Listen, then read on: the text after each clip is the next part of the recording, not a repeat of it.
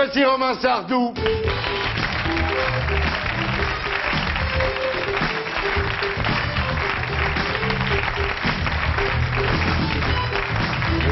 Salut, ça va? Ça va très bien, ça va. Romain Sardou, bonsoir. Donc, les Robins plus Cool Chain, voilà. Thierry Ardisson, Romain Sardou. Vous êtes le fils de Michel Sardou, hein, et vous publiez un thriller médiéval de 380 pages. Et tout le monde en parle. C'est très très bien accueilli par la critique. Bravo. Vous avez écrit toutes les pages? J'ai écrit toutes les pages, ouais, mot à mot. J'ai cherché des gens pour m'aider, mais il n'y avait strictement personne qui s'intéressait au Moyen-Âge dans la partie dont je m'occupe, donc j'ai dû me démerder tout seul. Ouais. Alors on va prendre les choses au début. D'abord la dynastie Sardou, Marina, commence avec votre arrière-grand-père. Hein. Ensuite il y a eu vos grands-parents qu'on connaît un peu, Fernand Sardou et Jackie Sardou. Vos parents, Michel Sardou et Babette Sardou. Alors vos parents se sont séparés en 1999 après 22 ans de mariage. C'est beau. Et votre père, Michel Sardou, a C'est beau, c'est beau, hein, quand même. Pardon. C'est beau de se séparer, Thierry. C'est pas ce que je voulais dire, bien évidemment. Mais enfin, 22 ans, hein. Alors, votre père a déclaré à Paris Match qu'à l'époque où ça allait mal entre sa femme et lui, donc votre mère et lui, vous êtes allé le voir et vous lui avez dit « Tu crois pas, papa, qu'il est temps d'arrêter ces conneries ?» Et votre père a dit « Grâce à Romain, on a évité ce qu'on appelle le divorce-guerre ». Donc beaucoup de jugeotes déjà. Oui, bon, un divorce pour les enfants, c'est jamais ni agréable. Enfin, on sent les choses venir, on a un minimum extérieur, donc c'est pas la peine que ça finisse mal ou bien. Vous avez jamais eu, Romain, beaucoup de problèmes avec votre père. Vous avez jamais eu envie, comme on dit, de tuer le père. Hein. Bah oui, c'est vraiment un peu fade d'ailleurs à raconter parce que généralement, il y a le cliché du fils de star ou fils de vedette qui tout le temps a un problème avec le fait qu'il a un nom à supporter, qui a un regard sur lui alors que lui n'a rien fait. Moi, j'ai pas eu ça du tout. J'ai aucun complexe par rapport à une quelconque situation, à un quelconque regard des autres. Je me suis toujours très bien entendu avec mon père et eu des rapports familiaux normaux. Donc, je dis souvent même que dans ce statut un peu particulier, soi-disant particulier, en tout cas singulier, de fils de vedette, j'ai eu tous les avantages de ce statut et aucun des inconvénients. Donc, on a eu une famille unie, j'ai eu une éducation normale, j'ai eu... Unis, ils ont quand même divorcé. Ouais, d'accord. Mais disons que j'étais adulte déjà, c'est ça que j'ai pas vécu un espèce de cataclysme. Bien. Et un père tout le temps à la maison, pas non plus le chanteur ou rocker Tout ou le temps, machin, quand je l'ai vu sur drogué. scène en 93, il n'était pas à la maison, monsieur Sardou. Alors vous êtes né, Romain, il faut le dire, le 6 janvier, le jour des rois. Mais je suis né le 21. Comme moi. Moi, je suis né le 6, moi. Ah bon? Vous êtes Capricorne, vous? Non? Non, je crois pas. Je crois que c'est Capricorne, déjà c'est- l'autre signe. Ah, Capricorne, c'est bien. C'est vrai? Non, comme C'est quel signe, toi, Couchet? Je viendrai chez toi Moi, je suis pour fêter Verseau. mon Ma anniversaire. mère, 21 janvier, pareil. On la fêtera toutes les deux. Non mais arrêtez, on s'en fout. Pourquoi on s'en fout? Parce que dès qu'Élise parle, on s'en fout. Ah d'accord, ok, je ne savais pas ça. Donc, vous êtes né en 74, ce qui fait que vous avez à peu près 28 ans. À peu près, voilà. Ouais. À peu près, ouais. Mais vous avez été baptisé seulement en 1982. Pourquoi? Pourquoi? J'en sais rien. Pourquoi? Parce que bonne question auquel je me suis absolument pas posée. J'étais très content d'être baptisé plus tard parce que finalement on a plein de cadeaux, on a plein de trucs. Enfin, c'est plutôt sympathique. Ceci dit, il y a eu le dilemme était qu'en fait ma mère elle voulait comme catholique pratiquante que je sois baptisé tout de suite. Mon père disait attends un peu, on lui dira, on lui proposera, on verra ce qu'il en pense. Là-dessus ils m'ont proposé en 4 mots et j'ai répondu en un mot. Donc c'était pas, il n'y a pas eu une discussion fondamentale. Baptisé en 82. Alors votre parrain, votre marraine, évidemment, quand tu t'appelles Romain Sardou, hein, le parrain c'est Alain Delon et la marraine c'est Mireille d'Arc. Ah, ça vous embouche un coin. Et t'envoies encore des cadeaux à ta fête ou pas? Toujours. Qu'est-ce qu'il envoie Alain Delon comme cadeau? Qu'est-ce qu'il envoie Alain Delon? Il envoie pas beaucoup de cadeaux. Alain Delon. Il appelle de temps en temps, il fait genre machin, mais il n'y a pas. Alain Delon a décidé de t'offrir le parfum Alain Delon. Exactement. Alors, quand vous décidez, Romain, d'arrêter l'école en première, votre père vous en veut pas vraiment, parce que lui, il avait fait un petit peu la même chose, finalement. Il a fait un peu la même chose, même dans toute la famille, il n'y a pas une histoire scolaire absolument énorme. Il n'y a aucun bac. Il n'y a aucun bac. Oh putain. Mais il le dit d'ailleurs, aucun Romain. bac. Il dit dans la famille, on n'est pas des prix Nobel, on est plutôt des gens populaires, vous dites. Oui, surtout, ni des rats universitaires, ni tout ça, pas du tout, non. Donc vous êtes autodidacte, en fait. Et vous avez eu de la culture une approche extrêmement ludique. Quand vous découvriez un auteur à travers ses œuvres, vous lisiez sa biographie, pour savoir comment il avait été amené à écrire ça. Ça vous amenait à l'histoire de l'époque à laquelle ça avait été écrit. Donc voilà, comme ça, de fil en aiguille. Et puis ensuite, vous lisiez tout ce que l'auteur avait aimé. C'est une façon d'aborder la culture qui est assez marrante. Oui, parce qu'on critique souvent les autodidactes en disant qu'ils ne connaissent que ce qu'ils aiment. Finalement, ils s'intéressent à un sujet, ils apprennent ça à fond, puis à côté de ça, ils sont nuls. Je ne suis pas tout à fait d'accord, parce que tout ce que j'ai pu savoir, c'est une curiosité qui a amené une autre curiosité. Effectivement, un livre vous amène sur un autre livre, ou un auteur sur un autre auteur.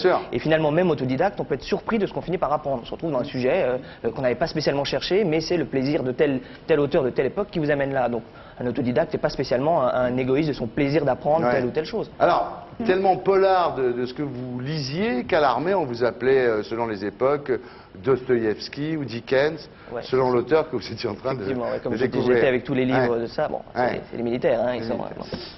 Alors, vous n'êtes pas tout de suite allé vers l'écriture de romans. Au départ, vous vouliez faire des opéras, hein, c'est-à-dire comme les gosses veulent être pompiers. Vous, c'était « je vais être Wagner », quoi. Je vais Wagner, oui.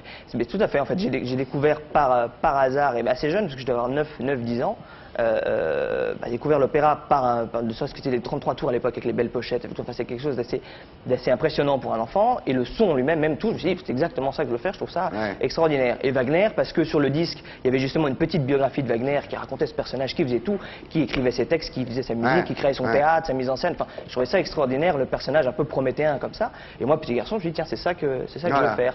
Et là, ceci dit, on parlait de curiosité qui amène de bout en bout, c'est qu'en décidant de faire de la musique, se disant de composer des opéras, je me suis intéressé au théâtre pour trouver des sujets à faire en opéra. Et du théâtre, je suis passé à la littérature, à l'histoire, enfin tout s'est suivi comme ça de bout en bout. En fait, ce qui vous a donné le goût de l'écriture romanesque, c'est de travailler sur la création de jeux et de scénarios pour Disney. Quand je suis allé un petit peu travailler aux États-Unis et que j'ai essayé de faire des scénarios, alors pour des enfants comme des scénarios de films, il se trouve qu'on n'arrive pas, surtout un auteur, ce qu'on appelle en freelance, c'est-à-dire qui n'est payé par personne et qui avance ses projets, on n'arrive pas avec un scénario complet, définitif devant un producteur. On arrive avec ce qu'ils appellent un traitement, qui est généralement un très gros synopsis qui fait 40 ou 50 pages, où là tout le film est résumé dans le détail, beaucoup plus qu'un pitch. C'est plus du tout, on est loin du pitch. Mais c'est la première étape avant que le producteur s'intéresse et se dise bon, on va finir par dialoguer, par développer tout ça. Et c'est en écrivant des traitements comme ça sur des histoires complètes, que j'essaie d'imaginer entièrement, qu'effectivement l'écriture simple romanesque, non dialoguée, m'a intéressé. Voilà, mais le fait que ça soit un jeu, on n'a pas de... Mais là où votre nom vous a aidé quand même, c'est quand vous avez eu ce treatment donc de 50 pages, vous allez voir Bernard Fixot, Bernard Fixot qui est un ami de votre nouvelle belle-mère, là. Donc ça vous a aidé quand même. C'est évidemment que ça a aidé. J'aurais de mauvaise grâce à dire que non, ça sert à rien, tout le monde s'en fout, personne n'écoute. Dès qu'on a un nom un peu connu ou quel qu'elle soit, le contact avec les autres est plus simple. Parce que les gens vous situent, pas parce qu'ils vous aiment ou qu'ils vous aiment pas. Ils voient à peu près qui vous êtes, bon, qu'est-ce qu'il a à me dire. C'est clair que c'est plus simple que pour les autres. Maintenant, ça change rien quand on travaille ou quand on aboutit à un projet, qu'on s'appelle Tucmuche ou du Gland, ça change rien. Alors, ce roman s'appelle Pardonnez nos offenses. Il est publié chez XO.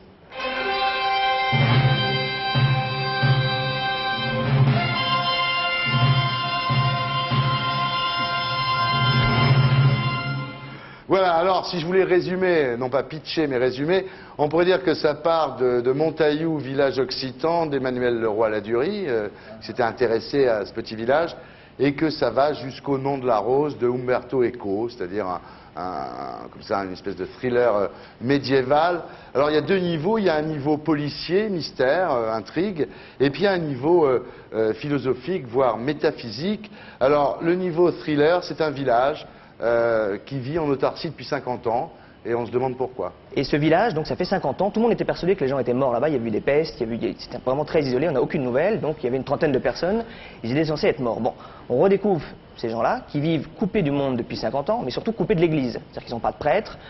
Pour l'église à l'époque, ça veut dire pas de confession, pas de baptême, pas d'absolution. Enfin, c'est terrible, c'est inadmissible. Donc ils envoient un jeune prêtre là-bas, tout simplement avec mission de ramener ces gens-là dans la voie royale, on va dire la foi chrétienne, et comprendre un peu ce qui s'est passé, ce qu'ils ont fait de cette foi. Et ce prêtre qui s'appelle Enogi arrive sur place, évidemment, ne découvre pas du tout ce à quoi il s'attendait. Les gens ne sont pas tels qu'ils auraient dû évoluer par eux-mêmes en 50 ans. Il y a des choses qu'on ne comprend pas. Et c'est le début de l'histoire. Ouais. Alors, qu'est-ce qui s'est passé pour Voilà, que ce village alors ça c'est le disparaisse. premier niveau, c'est le niveau de l'intrigue. Et puis il y a un niveau qui est le niveau, donc je disais philosophique, métaphysique, le niveau des idées. C'est le retour d'Aristote après des années platoniciennes.